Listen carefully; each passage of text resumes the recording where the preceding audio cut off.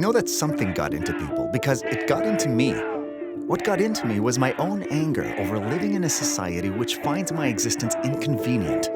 What got into me was my own anger over harassment on streets that are never safe for me.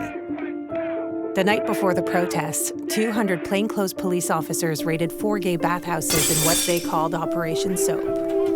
One of the cops said, looking at all the showers and the pipes going into the shower room, he said, gee, it's too bad we can't hook this up to gas.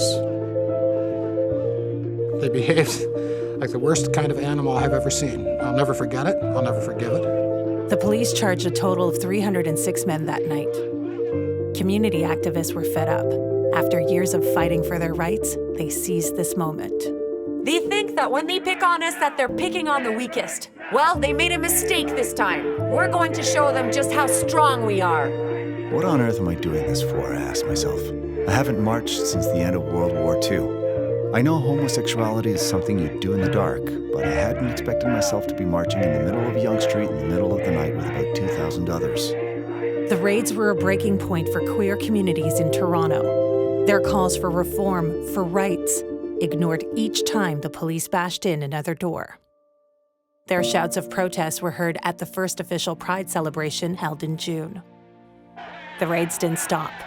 They continued for almost 2 decades, but the community kept up the fight.